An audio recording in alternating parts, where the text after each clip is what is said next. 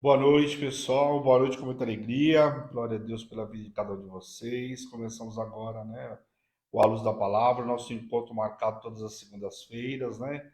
Glória a Deus, né, um programa de estudo para a gente mergulhar aí nas Escrituras, né? Já fechamos o Velho Testamento e nós vamos indo aí de vento em popa no Novo Testamento, né? O Novo Testamento é um pouco mais trabalhoso, né? Porque a gente tem vários, né? Temos aí no começo quatro evangelhos, né? Onde em alguns momentos as palavras se encontram. Então, este ano nós não vamos conseguir terminar o A Luz da Palavra do Novo Testamento. Então, provavelmente o ano que vem, vamos ver como é que vai seguir. A gente não tem pressa, o importante é vocês entenderem o conteúdo. Então, nós vamos num ritmo aí tranquilo. Amém? Quem quiser me acompanhar aí na leitura, lembrando que é difícil vocês acompanharem, porque eu vou estar falando sobre os quatro livros ao mesmo tempo. Mas quem quiser está em Lucas, lá no capítulo 7, onde a gente vai começar lá falando sobre o centurião, né, que demonstrava a fé. Mas antes disso, como de costume, vamos lá, curiosidades, né? Eu queria trazer duas curiosidades para vocês, né? Uma, eu queria lembrar vocês, não sei se vocês lembram, no Velho Testamento, o que acontece? Quando Moisés manda 12 espias, 12 espias, certo? Um de cada tribo, lembra? Que ele manda espiar a terra, né? E aí desses 12, lembra que nós temos um detalhe aí, né? Somente Josué e Caleb, né? Que falaram aquilo que agradava ao Senhor, né? Viram até com os outros olhos, mas os outros 10 não. Aí a minha pergunta é, né? O que aconteceu com esses outros 10? Alguém pode me falar? Alguém lembra o que aconteceu com esses 10? Vamos lá, enquanto você pensa um pouquinho, deixa eu trazer uma outra curiosidade aí, né? Eu não sei se vocês sabem, se alguém já reparou, porque acontece, o povo romano, né, quando eles entravam, tinha todo um ritual quando o imperador chegava na cidade. Tanto que muitos imperadores naquela época, quando morria, virava imagem, tinha todo um. É como se virasse um deus, eles viravam uma estrela, né? Os romanos falavam que eles viravam uma estrela e viravam um deus. E teve um romano, inclusive, que pediu para ser, né, como canonizado em vida, né? O cara tinha que ser adorado em vida. Gerou uma polêmica danada. Mas foi lá já no finalzinho, lá na época do apóstolo Paulo. Mas o que acontece, apóstolo João? Agora, o que eu queria lembrar vocês? Quando eles chegavam na cidade, eles entravam no cavalo e tinha todo um ritual, né, que eles entravam, toda a honra, toda a pompa. E eu não sei se vocês prestaram atenção, quando Jesus entra na cidade, ele entra numa jumentinha, né? Ninguém nunca não achou. Por que não num cavalo? Ninguém nunca se perguntou isso, não. Eu confesso que eu me perguntei um dia também, por que não um cavalo, né? Uma jumentinha, né? Jesus pede uma jumentinha para entrar. E aí, olha que curioso, né? No Oriente Médio, que uma coisa que nós não podemos esquecer, principalmente quando se trata de Roma, uma coisa são costumes romanos e outros são costumes judaicos, né? O que acontece? Tinha muito confronto naquela época, principalmente a lei, os costumes romanos, a lei romana e também os costumes judaicos, né? Você vê que nós vamos ver ao longo das ministrações, eu estava estudando hoje já o material mais para frente um pouquinho, nós vamos ver um pouco desse confronto aí, onde vão discutir com Jesus justamente sobre costume. E ele fala, peraí, vocês estão presos na lei ou no costume? Nós vamos ver isso lá na frente. Eu estava estudando hoje, que já estou à frente, né, na luz da palavra. Nós vamos ver tudo isso. Só que eu fiz também essa pergunta, e o que acontece? Na cultura judaica, ao contrariando Roma, né, o animal oficial era a mula, né, o jumentinho. Por isso que Jesus entra no jumento. Não para mostrar uma pobreza ou humildade, nada disso. Estou falando, mas será que não foi por humildade? Poderia ter ser, se não fosse a história que nós temos passado. Lembra da mula de Balaão? Né? Tem uma outra passagem, que agora essa você vai entender muito bem, quando Salomão, né, antes de Salomão assumir o trono, chegaram lá para Davi e falaram: olha, seu outro filho está querendo, né, usurpar o trono aí, e você prometeu para Salomão, né? O profeta Natan manda Betseba avisar Davi, né? Não sei se vocês vão lembrar dessa história. Pois bem, ele fala: não, pega lá então Salomão urgente, coloca ele na minha mula, né? Ou seja, no animal do rei, troca as vestes dele e leva ele para ser ungido lá, consagrado diante de todo o povo hebreu. Então, o que era costume naquela época? O animal, o rei tinha esse animal, que era o animal tido como da realeza, né? Então, por isso, Jesus não foi nem por mostrar humildade, nada disso, era um costume mesmo do povo no Oriente Médio. Naquela época, eles usavam o animal, a mula, então, como um animal ali do rei. Tanto que vocês viram aí com Davi, tem essa passagem. Tem mais algumas outras passagens, se a gente buscar, a gente vai lembrando de mais algumas outras. Mas eu peguei essas duas para vocês lembrarem. Então tá aí, né? Espero que tenha matado a curiosidade de alguns, né? Amém? Bora lá então. Outro assunto que eu falei para vocês sobre os 10 espias. Já pararam para perguntar o que aconteceu com os 10 espias? O cara foram lá, voltaram, né? Tentaram gerar um tumulto danado, porque lembre-se que quando eles voltam, gerou uma polêmica com todo o povo. E aí que tá. Se você quiser ler essa passagem, tá lá em Números, capítulo 14. O que acontece? Eu vou ler dois versículos que explicam a história deles. Então, eles voltaram. Oi? Vamos mudar aqui o microfone. Tá bom? Vê se está melhor, Lu. O que acontece? Em Números, capítulo 14, porque o que acontece? A gente vai. Eu não estou querendo aqui repetir nada, só estou dizendo o seguinte: a gente vai estudando e algumas coisas às vezes acaba esquecendo, faz tempo que a gente não vê. Eu acho até que é legal a gente abordando alguns temas do Velho Testamento para ir trazendo na memória novamente. E alguns são coisas fáceis de esquecer, e esse era um deles. Facilmente a gente esquece dessa situação. Ou até, muita gente até nem lembra, né? O que aconteceu? Não aconteceu nada com eles, aconteceu sim. Então voltaram os 12, Josué e Caleb falaram muito bem, mas o restante não. E vamos ler aqui então o que diz no versículo 36. Isso dizendo o Senhor através de Moisés.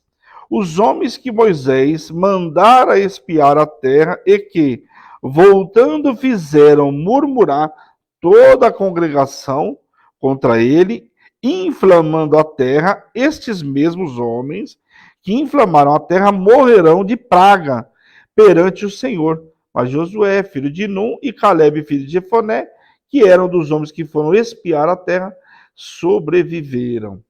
Então, olha que interessante, muita gente acha que não aconteceu nada com os 12 espias. Aconteceu sim, eles morreram de uma praga. Eu busquei estudos, a Bíblia não fala, né, qual foi o motivo, que praga foi essa, mas os 10 camaradas que fizeram todo o povo murmurar morreram de praga. E isso aqui eu dei na luz da palavra, só que a gente esquece ao longo do tempo, né? Hã? Não sabia? Então, eu confesso que quando eu fui estudar.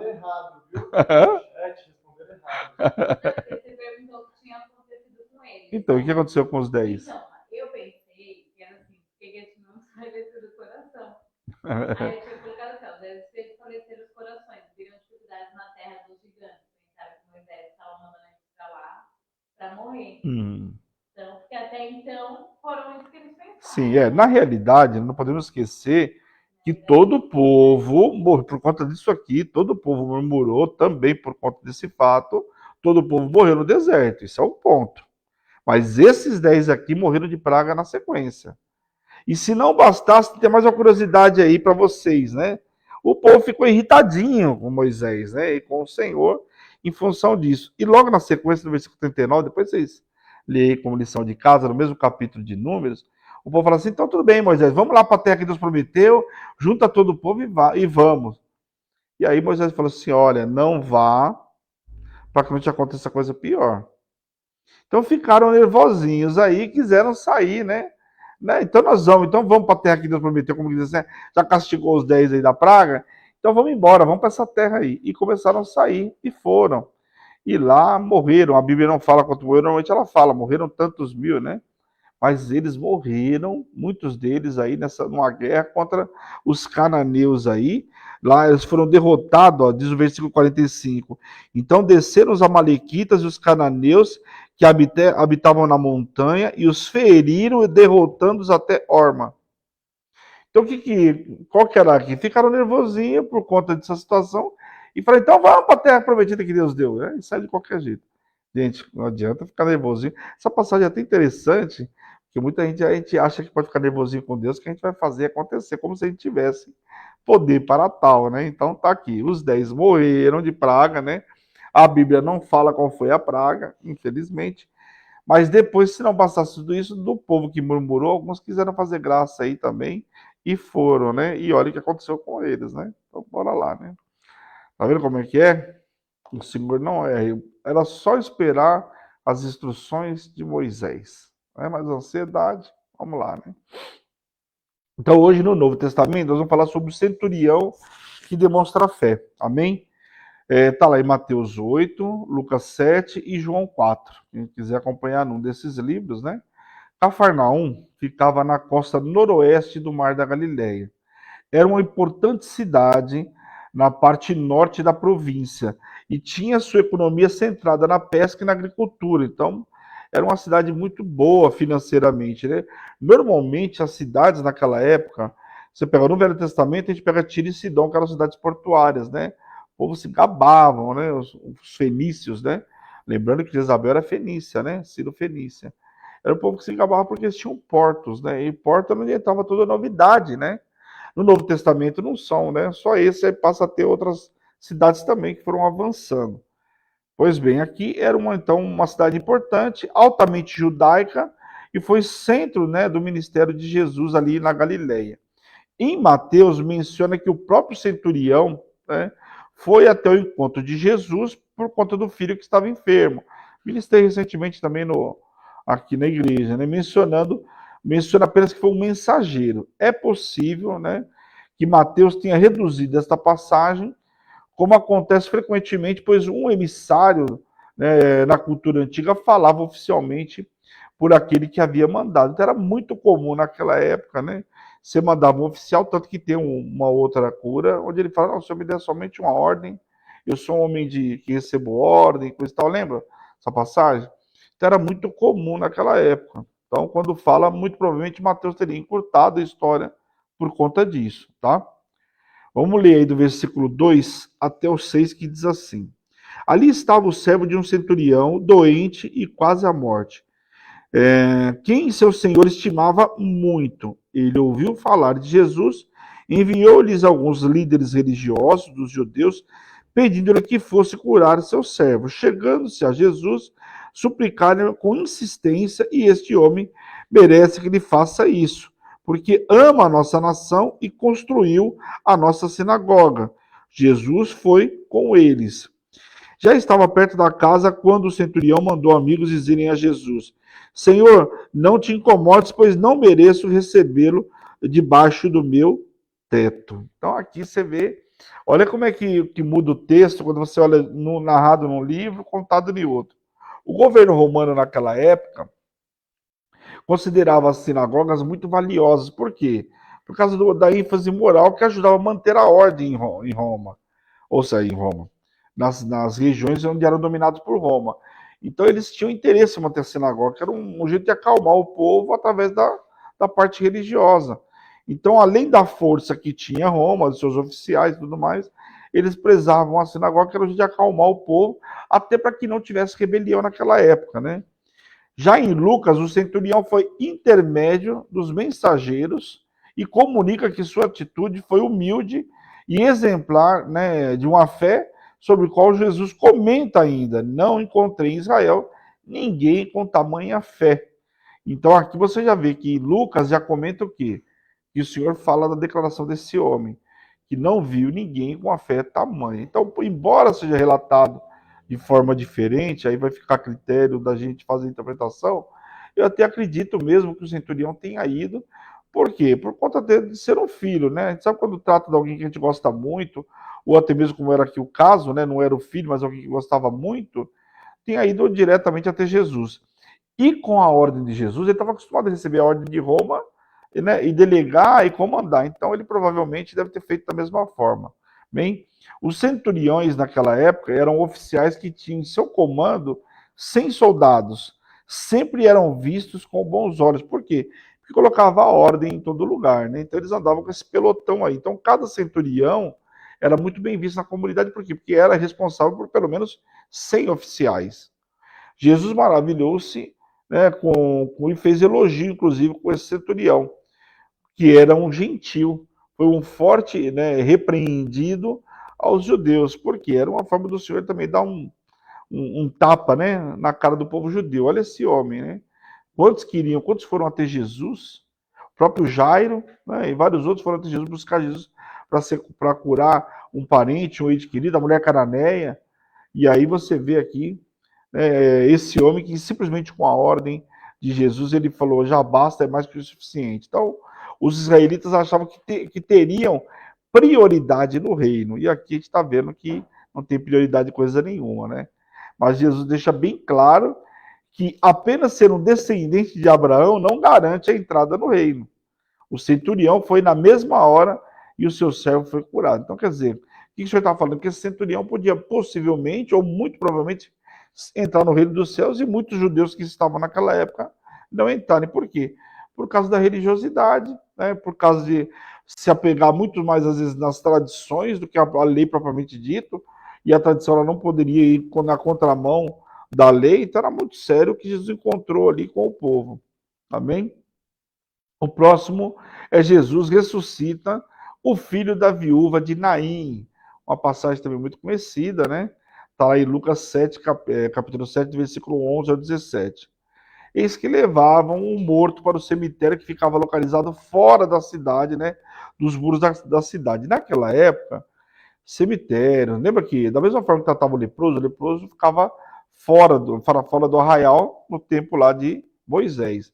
Lá já no tempo, tinha algumas cidades, né? Eu estava até fazendo um estudo sobre algumas cidades onde ficavam esse povo. Eles comumente ficavam também lá na porta do templo. Por quê? Para ali pedir esmola, alguns que eram enfermos. Mas o leproso tinha uma característica diferente, porque ninguém queria encostar no leproso, com medo de pegar lepra. Ou até mesmo porque quando o cara tocava no leproso, ele tinha que fazer todo um ritual de limpeza. Então, diferentemente do cego, né, que ficava lá perto do templo, o paralítico, os leprosos não, eles tinham que ficar literalmente nessa cidade de refúgio, uma cidade afastada ali. E o morto, da mesma forma, também ficava para fora da cidade. Então, passado os muros, vinha vindo ali o cortejo, né? E Jesus vai dar de conta com ele. Os funerais eram normalmente realizados no dia da morte, porque conservaram o corpo em casa durante a noite fazia com que a casa ficasse impura. E aí vamos fazer um parênteses aqui. Vocês vão lembrar da época de Jesus, que rapidinho pegaram o corpo, fizeram tudo porque ainda tinha um agravante. No sábado, né, eles iam comemorar a Páscoa, tinha a celebração da Páscoa, e não podia fazer nada. Então correram para pegar Jesus. Veja que Maria Madalena só foi né, depois lá no domingo, né, quem pensa na segunda-feira, depois de acabar a festa, que ela foi lá no túmulo para tentar acabar de ungir, de preparar o corpo. Lembra dessa passagem? Pois bem, tá aqui, não ficava com o corpo na casa, porque trazia o quê? Tornava aquela casa impura. Fora que naquela época não tinha como hoje que toca no corpo lá, né? Os parentes ficam em volta, toca, né? Então não tinha todo esse toque por causa da impureza que tornava o impuro aquele que tocasse. Tanto que os sacerdotes nem no velório não podia ir, nem nesse caso não podia ir, só podiam se fosse no caso de pai, mãe ou filhos, né? Arão, né? E os seus filhos, né? Vê que Arão, né? Quem viu a novela viu lá toda uma história, mas ele só poderia no caso dos filhos, né? Que morreu os dois filhos dele lá quando tocou o sino lá, né? Então o que acontece? Ao entrar no tabernáculo de forma irregular. Então isso era muito sério. Jesus então que ia com seus discípulos se deparou com a multidão e tocou na esquife, que algumas Bíblias estão esquife ainda, mas a maioria já está como no caixão, o que indica que ele preferiu ajudar esse homem morto, né, do que permanecer cerimonialmente impuro. O que ele fez ali? Se ele tocasse naquele cadáver também tornaria ele impuro. E olha o que ele fez. Ele toca na esquife e dá ordem para o menino. Então, às vezes a gente lê, por isso que a gente, quando vai ler a Bíblia, não pode ter pressa. São detalhezinhos. Muitas pessoas já viram, inclusive, a pessoa ministrar e está preocupada. Não, mas Jesus, como Jesus tocou no menino, tornou impuro? Não, tocou no menino. A palavra deixa bem claro, ele tocou na esquife. E ali, ou seja, tocou no caixão e ele deu ordem para que o menino levantasse. Estão lembrados dessa passagem? Então, é muito sério, tá aí. Se abriu a Bíblia, você já está vendo aí. Ele toca porque não podia tocar no cadáver. Então, ele toca ali e coloca o menino, traz o menino à vida. Então o Senhor deu ordem para que o rapaz levantasse e assim ele o fez e começou a conversar e Jesus o entregou para sua mãe. Essa ministração, obviamente, aqui a gente está falando do estudo, analisando todos os pontos. Como eu sempre brinco, se fosse uma ministração de domingo, eu ia falar, meu Deus, né? Essa mulher encontrou ali todo choro, já não tinha marido. Eu gosto de fazer essa analogia, essa análise, por quê? Para você entender a diferença da luz da palavra e do culto ou do programa semanal nosso. São coisas que esses detalhezinhos né? Não é para o programa. Às vezes a pode falar quando eu estou aqui, às vezes eu dou meus palpites, mas já não é, porque lá qual que é o foco? Essa mulher perdeu o marido e agora está perdendo o filho. Naquela época, uma mulher viúva já era difícil. Perdeu o filho também, fala que era o único filho que tinha, ela perdeu toda a condição financeira dela, que era rimo. Quem cuidava da mãe naquela época era o filho mais velho. Tinha por obrigação cuidar da família, cuidar da mãe. Por isso que na cultura antigamente, na cultura judaica, você vê a preocupação com o primogênito, com o filho, né, do sexo masculino, a preocupação de Ana. A mulher podia ter 10 filhas, mas tinha que ter um varão ali. A lei do levirato veio justamente para isso, também para suscitar aquela família, quer dizer, aquela família não vai acabar nunca. Por quê? Tem a lei do levirato, então dorme o outro irmão, traz o primogênito. Era o primogênito que carregava, né, ali a lei a descendência. Então, era muito sério tudo isso. Então, a multidão reconheceu o paralelo entre o restabelecimento do filho da viúva, realizado por Jesus, e a obra dos grandes profetas Elias e Eliseu. E assim a notícia se espalhava por toda Judéia e região. Quer dizer, lembraram daquilo que Elias fez, Eliseu fez, né? Ressuscitando o filho de Sunamita. Então toda a história veio à tona aí quando começaram a lembrar. Mas não podemos esquecer que o povo aqui conhecia muito bem a Torá. Então, a lei, né, tudo que tinha acontecido, o povo conhecia muito bem. O grande problema foi a dificuldade com reconhecer Jesus. Por mais que o profeta Isaías tenha falado, o povo achava que ia ser de uma forma diferente. Você vê que o próprio João Batista teve essa um pouco de dificuldade. Ele achava que Jesus ia vir, entrar lá, enfrentar Herodes, enfrentar Roma e tudo mais. E a história não era essa, né? Por isso que a gente fica esperando Jesus por um lado, ele vem por outro totalmente diferente, né? Jesus e João Batista aqui, vamos chegar no final da vida quase de João Batista. Vamos ver aqui o que Mateus 11 e Lucas 7.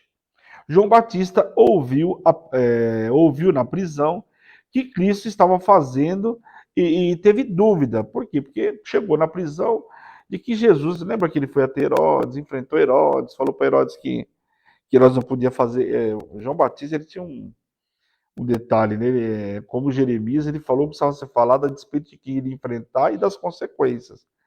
E ele foi lá e enfrentou Herodes. Você pegou a mulher do teu irmão, você não podia ter feito isso é pecado, isso vai trazer maldição para o povo. E ele falou mesmo, e acabou sendo preso, né?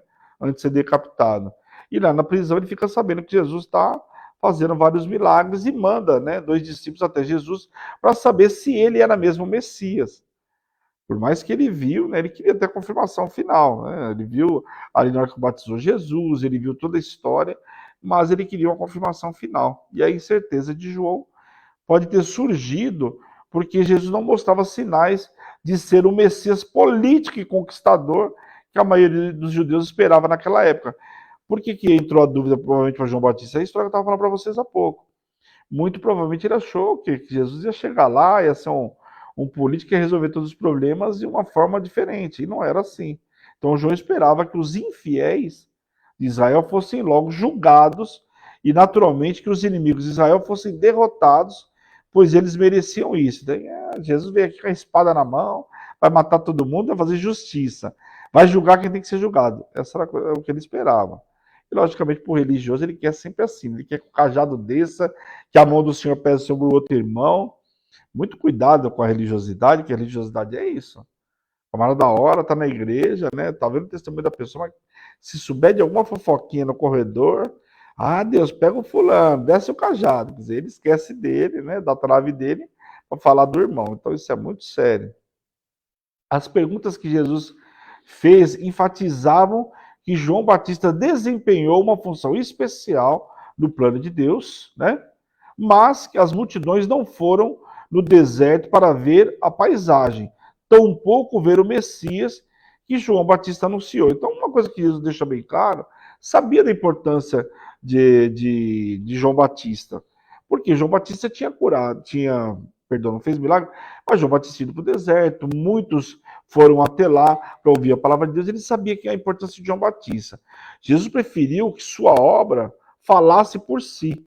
E em vez de fazer afirmações messiânicas, o que ele fez? Ele se vale da cura de cegos, coxos, leprosos, surdos, ressuscitando os mortos, dando ênfase à pregação do evangelho. Então ele preferiu que a ministra, em vez da não só a ministração, mas as curas falassem por si só. Ao contrário de João Batista, que só foi ministrando e falando sobre a vinda de Jesus. E ele não, ele falou: está aqui, eu fiz milagres, os milagres falam por si só. Então tudo isso foi para João Batista meio que uma resposta. João era muito mais que um profeta, no sentido de que foi o precursor anunciando a vinda e a presença do Messias. E que ninguém era maior do que João Batista, nascido de mulher. E aqui é muito lindo, porque você vê Jesus dando honra, né, para João Batista, falando que não existia na terra ninguém nascido de mulher maior do que João Batista, a não ser Jesus, pelo fato da divindade. Né? Quanto ao menor no reino dos céus, diz respeito àqueles que viveram no reino de Deus, por maior que seja João Batista, tenha sido, né, nos dias de Jesus, sua posição de predecessor era inferior e menor do que o reino dos céus. Então, por mais que João Batista fosse, né, o maior dentre as nascidas de mulher, não era maior que Jesus, obviamente. Tá? Então ele faz questão de deixar isso muito claro. Por causa da dureza do coração de Israel, não aceitou o ministério de João Batista, nem o do Senhor Jesus Cristo. Quer dizer, não aceitaram, embora tenha convertido muitos, né? Mas assim, o povo, do modo geral, não aceitou nem João Batista e muito menos Jesus. Haja vista que João Batista estava preso e Jesus depois vai ser crucificado, né? Jesus fez uma comparação entre as crianças que brincavam na praça e na geração atual de Israel, ao referir-se aos líderes religiosos judeus. O mestre ressaltou que os líderes agiam como crianças ao rejeitarem a missão dele e a de João Batista. Uma hora reclama, disseram que João Batista jejuava, comia e nem bebia.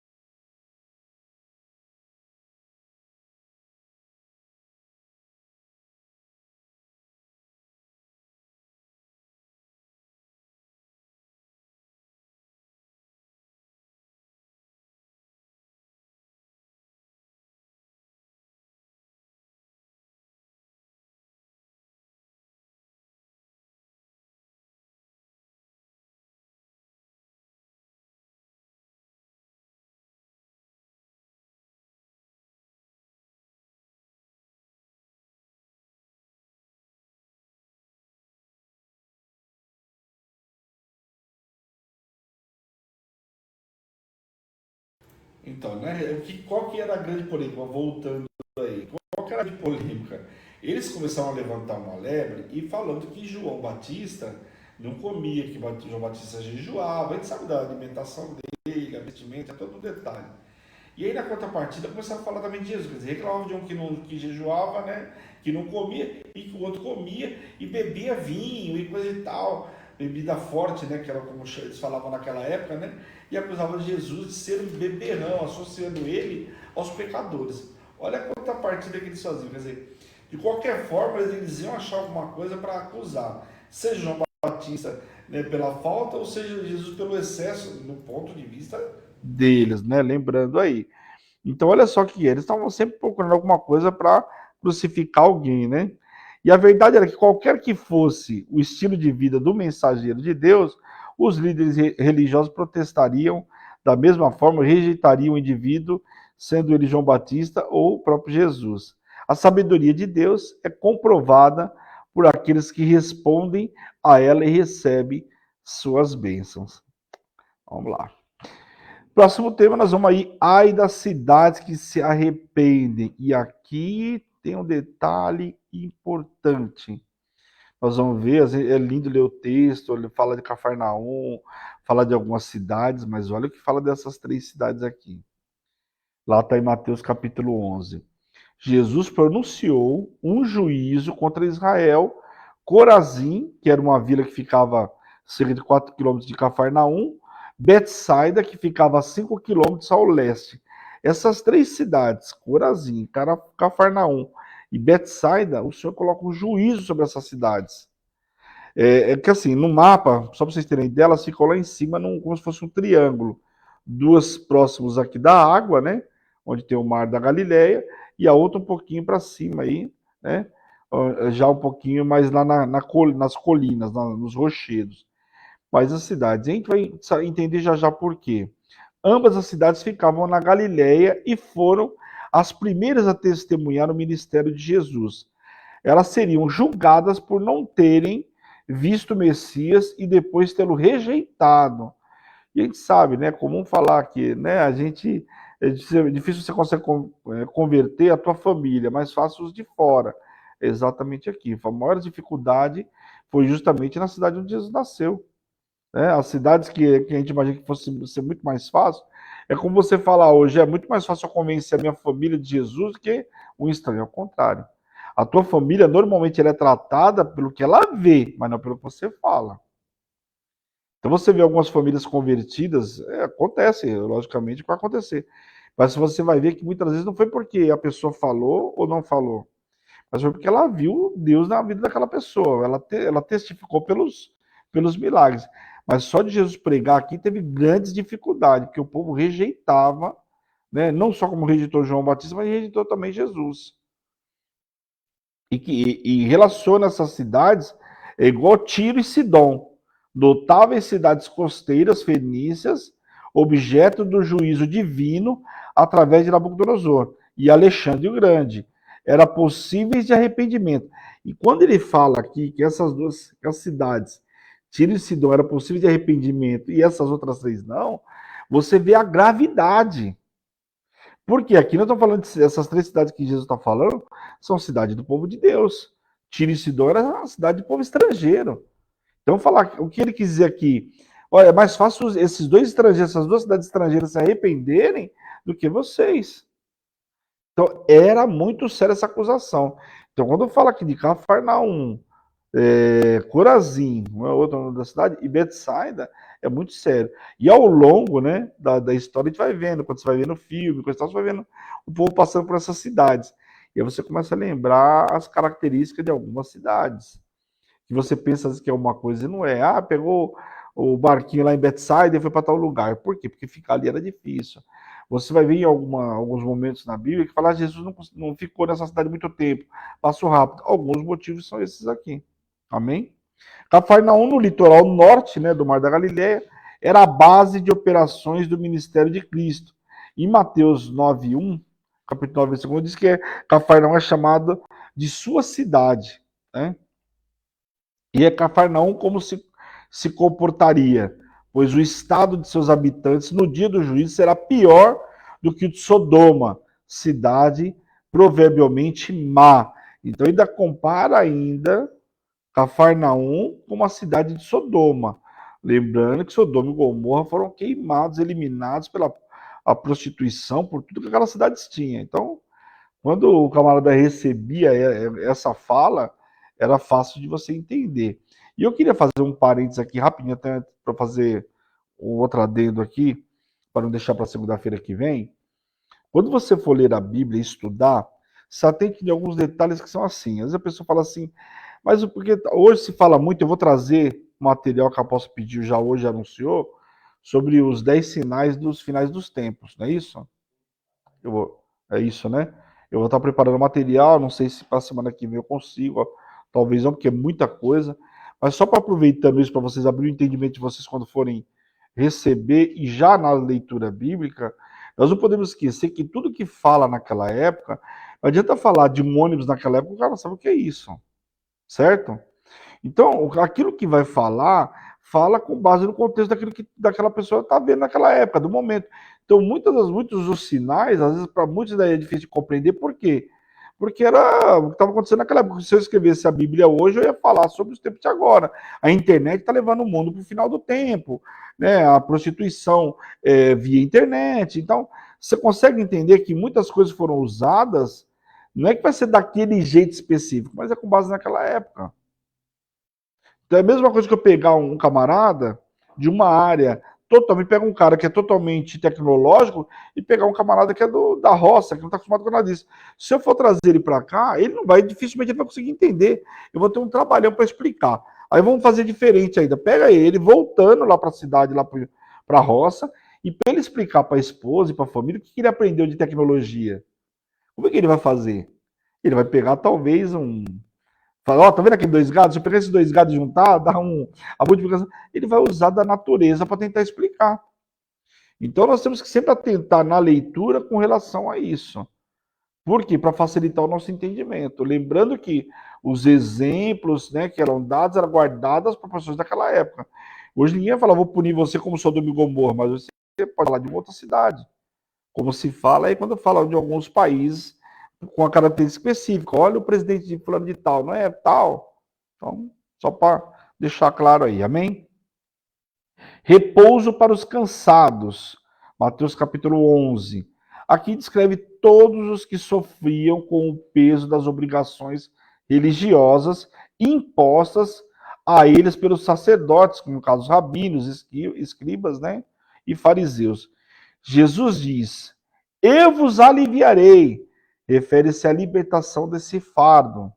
Eles estavam conduzindo o discurso com uma explicação sobre a incredulidade dos homens e um apelo bondoso.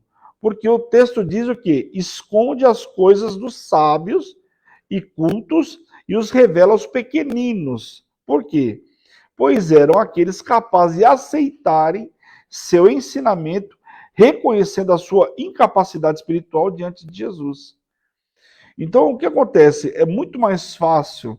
Por isso que o senhor fala que ele capacita os incapacitados. Né? Ele prefere os incapacitados capacitar os incapacitados. Por quê? É muito mais fácil dele aprender, dele compreender, do que aqueles que se julgam tão doutos, né? Tão sábios. Por isso que eu lembro que a apóstola sempre falava uma coisa para mim: olha, toma cuidado com estudar muito. Eu amo estudar, eu amo ter conhecimento, mas cuidado que a letra mata. Por quê? Daqui a pouco você vai ficar achando que sabe tudo, e aí como vai lidar com as pessoas? Então eu sempre peço para o Senhor que eu diminua e o Senhor cresça. Por quê? Tudo que eu sei o que o Senhor me passa, me ensina. Nada é do meu intelecto sem Jesus. Nada. Tanto é que eu sempre brinco que eu nem de estudar gostava, demorei a fazer faculdade, né? Fiz para ter o diploma, foi difícil. E hoje eu vou estudar. Então é o Senhor único e exclusivamente. Amém? Esses eram aqueles capazes de aceitar então tudo que Jesus falava. A glória do evangelho consiste em que tanto as pessoas cultas como as ignorantes podem ser transformadas em criaturinhas ou em criancinhas, aprendendo as escrituras, desde o quê? Que desejo, tem um desejo realmente de aprender. Nesse momento, o Senhor pede para que troquem nosso jugo com o dele, que é suave e leve. Né? Então, vamos trocar o nosso fardo, que está pesado, com o dele, que é leve. Então, o Senhor sempre dá essa condição. Por que você está carregando esse jugo? Por que está se matando desse jeito? Toca comigo, passa, né? Você imagina como a gente brincava a brincadeira do passanel? É passar o fardo mais pesado para o Senhor. Muita gente está levando um fardo pesado, não consegue resolver, não vai conseguir resolver mesmo. Só o Senhor pode, então passa para o Senhor. Mas muita gente prefere alimentar, e quanto mais a gente alimenta, parece que mais o fardo fica pesado. Jesus é ungido por uma pecadora. Vamos dar para ir aqui, dá, né? Estou no horário, né, Lu? Vamos lá. Hoje eu estou bem, estamos adiantados. Jesus é ungido por uma pecadora. Lucas capítulo 7. Jesus foi convidado para jantar na casa de um fariseu. O que era um fariseu? Eram os judeus devotos da Torá. Para quem não sabe, os fariseus, só para esclarecer, chegaram, tomou seu lugar na mesa. Naquela época, a refeição era feita com o religioso, era realizada de uma forma que o convidado se assentasse na mesa principal, enquanto os outros ficavam ao longo da parede externa ouvindo a conversa. Então não é como hoje todo mundo senta, ou como a gente imagina, né? A gente vê nos teatrinhos, nos desenhos, não era bem assim, não. Tanto é que até o jeito de sentar, quando fala que o apóstolo João encostou no peito de Jesus, ele estava meio reclinado, como se ele tivesse com as pernas embaixo, não era a mesa como de cadeira, né? As pernas esticadas, cruzadas, meio reclinado. Então, era um jeito diferente do que a gente imagina nos dias de hoje. tem uma observação. Esse acontecimento não é o mesmo de Mateus 26, Marcos 14 e João 12, pois esses ocorreram na casa de um leproso, lugar no qual nenhum fariseu iria. Tá claro, pessoal? Porque tem essa passagem também nesses outros livros, só que lá está na casa de um leproso e aqui na casa de um fariseu. Ninguém, volto a dizer, nenhum fariseu, ninguém estaria na casa de um leproso naquela época. Amém? Só para ressaltar aí. Sabendo que Jesus estava ali, certa mulher daquela cidade, uma pecadora, trouxe um alabastro com perfumes e se colocou atrás de Jesus e chorando começou a molhar os seus pés com os seus cabelos, o beijou e o ungiu com o perfume. A pecadora, né, desta mulher, o pecado dela não é especificado, a Bíblia não fala, né?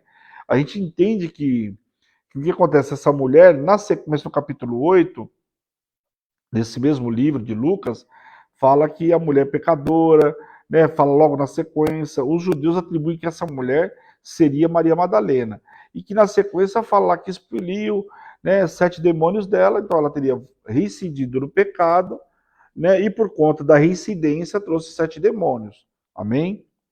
Então, um vaso de alabastro era produzido com um tipo de pedra própria para lavrar. Por isso, preservava a qualidade do alabastro, né, do que guardava lá, o que era caro e precioso esse perfume. Em alguns estudos a gente viu, representava até um ano de trabalho. Era muito dinheiro. A intromissão dessa mulher foi intolerável ao respeitável fariseu por sua causa de sua má reputação dela, porque não fora convidado. É estranho aqui essa passagem, né? Pode levar a gente a vários pensamentos e eu quero que você medite nela, porque como que essa mulher entrou na casa desse fariseu, sendo ela uma mulher pecadora, né? Mas vamos lá. Na humildade e devoção, no ato de servir da mulher, bem como uma grande dose de coragem, a fez realizar façanha tal em frente à multidão que sabia de suas ofensas. Embora a pecadora não fale uma só palavra durante toda a passagem, sua ação diz mais e diz muito mais a respeito de um coração arrependido. Você vê que a Bíblia, você pode ler, essa mulher não fala nada. Absolutamente nada. Sabe aquela hora que você fala assim, meu, como essa pessoa, ela demonstrou tanta coisa, mas essa pessoa não falou nada. Pois é, ela não falou nada, mas fez muito mais do que todos que estavam ali. Como que pode, né? Tinha Jesus, o fariseu que chamou ele para jantar, para fazer a refeição ali, todos os convidados, e a passagem se baseia unicamente nessa mulher. Não fala mais nada. O fariseu duvidou aqui. Isso é uma das coisas que chama a atenção nesse texto, porque o fariseu duvidou da integridade, né, de quem era Jesus. Por quê? Ele faz, pois esperava que ele, na qualidade de sábio, né, de rabi e líder religioso, rejeitasse a atenção daquela mulher como um insulto. Por quê? Porque, primeiro, uma mulher não conversava com um judeu naquela época, né, a não ser que fosse próximo dele, né, fosse um próximo, que eu digo, alguém da família, senão ela não conversava. Lembra de toda a história lá da mulher samaritana conversando com Jesus? E outro ponto, ainda mais, aos pés de Jesus. Normalmente, aos pés de Jesus era colocado o quê? Aquele que estudavam, lembra de Gamaliel, foi criado aos pés de Jesus, de Gamaliel, perdão, Saulo foi criado aos pés de Gamaliel.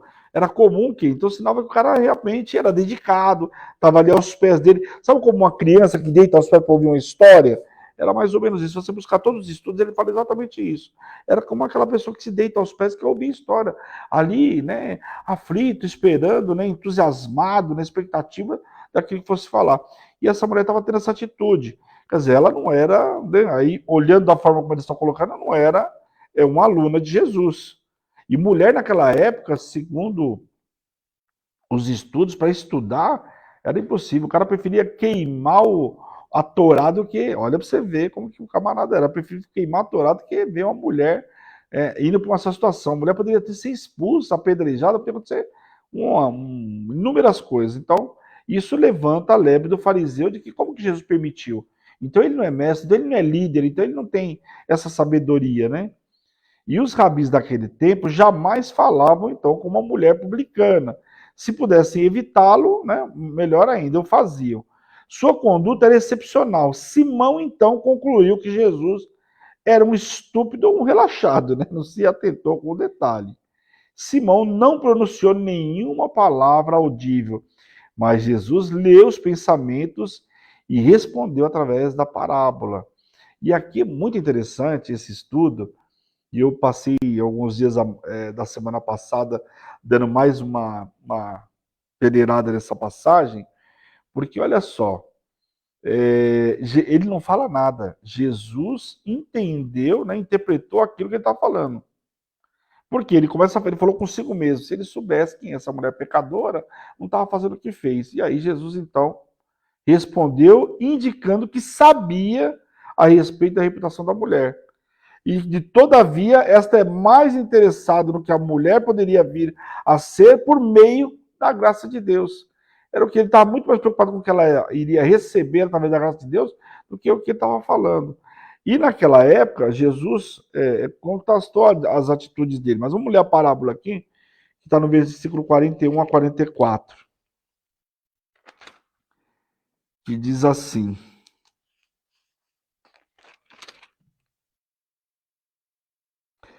Disse aqui. 2 homens deviam a certo credor, um lhe devia 500 denários e o outro 50. Nenhum dos dois tinha com que lhe pagar, por isso perdoou a dívida a ambos. Qual deles o amará mais? Simão respondeu, suponho que aquele a quem foi perdoada a dívida maior. Você julgou bem, disse Jesus. Em seguida virou-se para a mulher e disse, Simão, vê esta mulher, entrei em sua casa, mas você não me deu água para lavar os pés. Ela, porém, me deu, molhou-se os meus pés com as suas lágrimas e o enxugou com os seus cabelos. Então aqui, olha a resposta que ele deu aqui para Simão. E era muito comum naquela época, quando chegava na casa da pessoa, o anfitrião recebia a pessoa como? Primeiro, a água para lavar os pés, né, para entrar, tá entrando na casa da pessoa, teoricamente tá vindo da rua, lavava os pés, lavava as mãos, e era ungido, né, passava como se fosse um bálsamo, né, um perfume na cabeça da pessoa e dava-se um beijo no rosto. Era um sinal até de carinho. Só que esse homem recebeu Jesus, não fez nada disso. E essa mulher, ao contrário, estava gastando do mais puro que ela tinha, gastando toda a riqueza que ela tinha. Que riqueza teria uma mulher naquela época se não essa? Gastando toda a riqueza que ela tinha ali aos pés de Jesus. Então, Jesus contrastou as ações da mulher com as atitudes desse Simão fariseu, dando a entender que a pecadora sabia mais respeito de perdão do que aquele homem. Simão não lavou os pés de Jesus, não deixou lavar os pés do convidado, que era uma séria infração da etiqueta da época. Jesus poderia, inclusive, ter encarado como um insulto, né, diretamente a ele não ficar na casa e ir embora. A sua presença no jantar, entretanto, era sinal de que ele estava pronto a ignorar a negligência de Simão. Simão nem sequer um ósculo, né, um beijo lhe deu, o que era comum no Oriente, os homens frequentemente se cumprimentavam beijando as faces um do outro. Era uma maneira polida e comum dos amigos cumprimentarem no tempo de Jesus. Aliás, isso aqui, vamos fazer um adendo aqui, né? Isso é uma coisa que antigamente também era muito difícil, né? Nos nossos tempos, digo, no meu tempo de jovem, um homem beijar o outro era... Olha, não sei, a religiosidade tinha voltado de novo. O cara era isso, o cara aquilo, onde já se viu beijando o cara no rosto. E hoje, graças a Deus, esse tabu caiu por terra, as pessoas se beijam no rosto, não tem sinal de prostituição nenhum, ou de desrespeito nenhum, pelo contrário, um sinal de carinho e acho que muito mais de respeito. Então, uma coisa que, graças a Deus, voltou. Eu também fui criado, infelizmente, né, a gente não tinha esse costume, nem meu pai não tinha costume de beijar a gente, né? Então era uma coisa que veio de criação. Mas que hoje, graças a Deus, isso aí está caindo por terra cada vez mais, amém? Simão também não ungiu a cabeça de Jesus com um toque de óleo perfumado, que deveria ser uma parte preliminar da festa. Mas Simão omitiria até mesmo esse inexpressível favor, enquanto a mulher usara um unguento valioso. Jesus, então, contrastou a falta da cortesia de Simão com a devoção dessa mulher e deu a entender que Simão não experimentará o perdão profundo. Por isso, Jesus declara que os pecados dessa mulher, né, lhe foram perdoados. Foram perdoados, mas para justificá-la diante de público, fez a sua declaração direta, quando ele diz para ela: seus pecados são perdoados, sua fé te salvou, vá em paz. Observação aqui, a mulher pecadora aqui, segundo a tradição judaica, né? Então, é Maria Madalena. Amém, pessoal? Então, segundo a tradição, essa mulher é Maria Madalena. Deixa eu ver quanto que eu tenho aí. Vamos mais um. Vamos falar das mulheres que assistiam a Jesus, amém? Aí nós vamos entender um pouquinho dessa mulher aqui. Lucas relata uma alteração no modo de vida do mestre. Desse tempo em diante, Jesus deixou de fazer, né, de estar em Cafarnaum, sua cidade, sua residência habitual. Ele agora viaja para o seu pequeno, com o seu pequeno grupo, para cidades menores, né, lugares e outros povos. Entre esse pequeno grupo iam os 12 discípulos e também algumas mulheres que haviam sido curadas de espíritos malignos e doença. Dentre elas, quem? Maria Madalena. Uma delas, Maria Madalena, de quem havia saído 7 demônios, e outra era Joana, mulher de Cusa, administrador da casa de Herodes, e Susana e muitas outras. Então aqui já tem um detalhe importante aqui. Você vê que, ao contrário do que acontecia naquela época, você vê que algumas mulheres agora passam a seguir Jesus e auxiliar eles, não só com os bens que tinham, que elas tinham, mas também ajudando para cozinhar. Você imagina, eram 12 discípulos, né? Passavam por vários lugares, e essas mulheres passaram a ajudar eles também, né? Enquanto eles saíam para pregar, as mulheres ficavam em casa preparando a comida, preparando, né, tudo mais, então elas serviam ao Senhor, né? Essas mulheres ajudavam a sustentá-los com os seus bens. Então, só para lembrar que uma dessas mulheres é Maria Madalena, tá? A tradição judaica atribui uma delas a essa qual saiu 7 demônios. Como eu disse para vocês, então, estava limpa, voltou para o pecado, voltou para o pecado de iniquidade, e o Senhor, então, a limpou definitivamente. Amém? A acusação contra Jesus por conta da cura do endemoniado. Vamos lá. O endemoniado, ou seja, era uma possessão demoníaca que produziu 2 efeitos colaterais: cegueira e mudez. Né? Quando levaram ele até Jesus, o mesmo foi curado imediatamente. Assim, todo o povo ficou atônito e perguntavam se poderia esse ser o filho de Davi. Por quê? Porque levaram um camarada que era cego e mudo e foi curado imediatamente. Quer dizer, não precisou falar nada, imediatamente foi curado. E aí começaram a questionar, então, se ele era o filho de Davi. Na realidade, era uma pergunta onde todos esperavam que a resposta fosse negativa, né? Porque ninguém queria acreditar, né? Haja vista do que fizeram com Jesus, né? A oposição de Jesus não vinha apenas dos seus inimigos, pois muitos ouviram seus ensinamentos e presumiram que ele estava fora de si. Ele tinha apenas 3 anos e meio para ministrar e precisava ganhar o máximo de tempo possível para poder peregrinar toda a terra que ele tinha para fazer. Os escribas e os mestres da lei judaica eram rígidos, diretos ao dirigirem-se a Jesus. Eles o acusaram de estar possuído por Beuzebu, que era o outro nome de Satanás. Né? Olha só, ele expulsa o demônio e chamam ele de Beuzebu, que é o outro nome que se dá a Satanás. Olha ao ponto que chegaram. Essa falsa acusação mostra a dureza do coração e pode ser o mesmo que blasfemar contra o Espírito Santo. Jesus pergunta: por que o expulsavam vossos filhos? Considerando que alguns dos companheiros desses fariseus, que diziam possuir poder de exorcidar, e lógico atribuir esses efeitos semelhantes a causas diferentes. Então, cadê esse povo aí que também expulsa? Cadê os chefes da sinagoga? Se os judeus realizavam exorcismos válidos, não importa a argumentação. Se, entretanto, Jesus insinua que não era menos que algum dos exorcismos, dos fariseus eram genuínos, mas dele não. Era preciso aceitar que o poder dele vinha de Deus.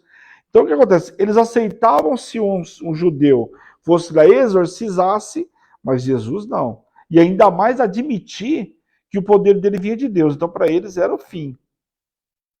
A resposta de Jesus, por parábola, na verdade, foi dada em 3 partes e mostrou a diferença entre a união e a desunião. Nada, inclusive, o reino de Satanás pode subsistir se for dividido. Todo aquele que vencer o diabo tem de ser mais forte do que ele. Então já começa por aí. Jesus mostrou aqui que ele mesmo entrou na casa do valente Satanás para desfazer as obras deste. Jesus disse: aquele que não está comigo está contra mim. Aquele que comigo não ajunta, espalha. No conflito com Satanás, a neutralidade é impossível, não dá para ficar em cima do muro. E aqui é muito interessante, que talvez você já tenha ouvido essa frase, né? Não dá para ficar em cima do muro, tá aqui. Quem não está comigo, né, está contra mim. Quem não ajunta, espalha. Eu vi várias vezes a apóstola já ministrando isso, aliás, faz tempo que ela não fala sobre isso, mas ela sempre fala, quem não ajunta, espalha. Então, quer dizer, quem está com você para somar, glória a Deus. Quem não está, é se espalhar aqui. Por isso que a gente fala do ímpio, cuidado, né, o caminhar do servo de Deus com o ímpio, uma sociedade tende a não dar muito certo, por quê? Por causa exatamente isso. Enquanto um está juntando, o outro está espalhando. É esse espalhar aqui. Jesus termina deixando claro que todo pecado e blasfêmia serão perdoados aos homens. No entanto, o que falar contra o Espírito Santo, esse não será perdoado, nem agora e nem na hora que está por vir. Então, assim, a pessoa pode pecar, ela é perdoada, ela pode fazer uma série de coisas, mas pecar contra o Espírito Santo, esse não tem perdão, nem agora e nem depois. Então aqui era um alerta muito severo no guarda a tua língua, veja bem como você fala, porque tem certas coisas lá na frente não tem conversa, não tem perdão. Os líderes, infelizmente, rejeitaram todas as evidências que Jesus era o Messias. Nada mais lhe seria concedido. Amém? Então tá aí. Hoje nós somos até semana que vem a gente volta, né, na árvore e seus frutos. Eu não sei se vai dar tempo do material, mas aí na segunda-feira eu anuncio, de qualquer forma vocês vão estar, tanto para um como para outro, né? Mas se não, se vocês não conseguirem, se não for na segunda-feira, se for na outra, vocês estejam com material, vai estar gravado no YouTube, vocês vejam por quê. Esse tema que a apóstola trouxe é muito interessante. Vou tentar ser o mais, né, assim, explicar o máximo possível, sem tentar ser prolixo e ao mesmo tempo sem me fazer por entendido. Porque às vezes a gente fala tentando usar termo difícil, entendeu? A palavra certa é essa. Então eu vou ver se consigo trazer semana que vem. Porque na outra já é relógio de oração. Eu estava vendo o calendário, a semana que vem começa a semana do avanço, né? Então na outra já é relógio, a gente fica fora. Então se eu não trouxer na segunda-feira que vem, aí só depois do relógio. Mas eu vou fazer o possível para trazer na próxima segunda, tá bom, pessoal? Bom, queria agradecer a todos aí, né? Glória a Deus pela vida de vocês. Essa aí, bom, Igreja Apostólica Internacional, a minha terra prometida, a sua terra prometida, a igreja que te ama e te faz feliz todos os dias, né? Viver uma intimidade maravilhosa com Deus para viver uma grande expansão. Amém? Um grande beijo, fica na paz do Senhor. Tchau, tchau. Bom descanso a todos.